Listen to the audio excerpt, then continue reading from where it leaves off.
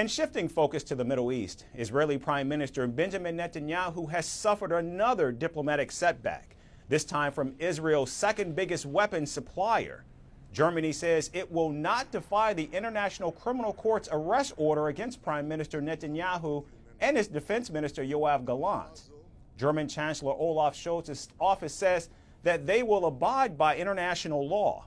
The statement has drawn a sharp response from Israel, calling it outrageous, while reasserting that Israel has the right to defend itself. Now, Germany has been a strong ally of Israel for years and has provided Israel with weapons worth billions over the last 2 decades. However, Berlin's move to accept the World Court's order to arrest Prime Minister Netanyahu has sent shockwaves both at home and abroad. Israel's biggest ally, the United States, has condemned the World Court's ruling. In fact, just yesterday, President Biden said that Washington will not accept the International Criminal Court's orders. We made our position clear on the ICC. We don't recognize the jurisdiction of ICC the way it's being exercised, and it's that simple. We don't think there's an equivalence between what Israel did and what Hamas did. Meanwhile, in a rare show of American unity, Republican leaders are backing President Biden for supporting Israel against the International Criminal Court.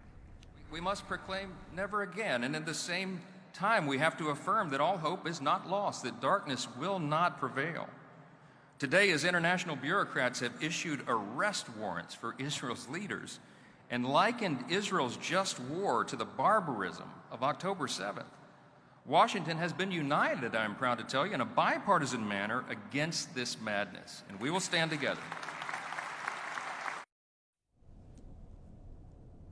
Now, despite the tensions between Biden and Netanyahu, the Israeli prime minister is likely to visit the U.S. soon and address Congress.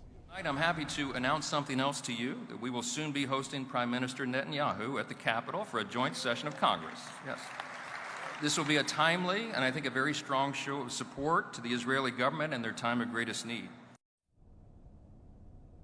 Netanyahu becomes increasingly more isolated with each passing day.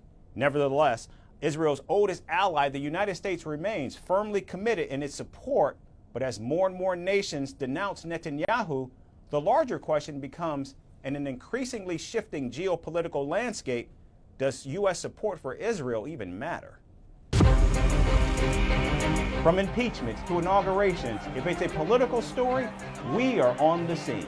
The race for the White House is heating up. We're beating Biden. How dare he say that? If it's breaking news, we're live with the latest coverage. From the White House, the State Department, and Capitol Hill, we know the issues, but above all, we know the players to bring you the latest in-depth analysis on all the key stories that we're covering. I'm Eric Ham. Join me from Washington here on First Post America.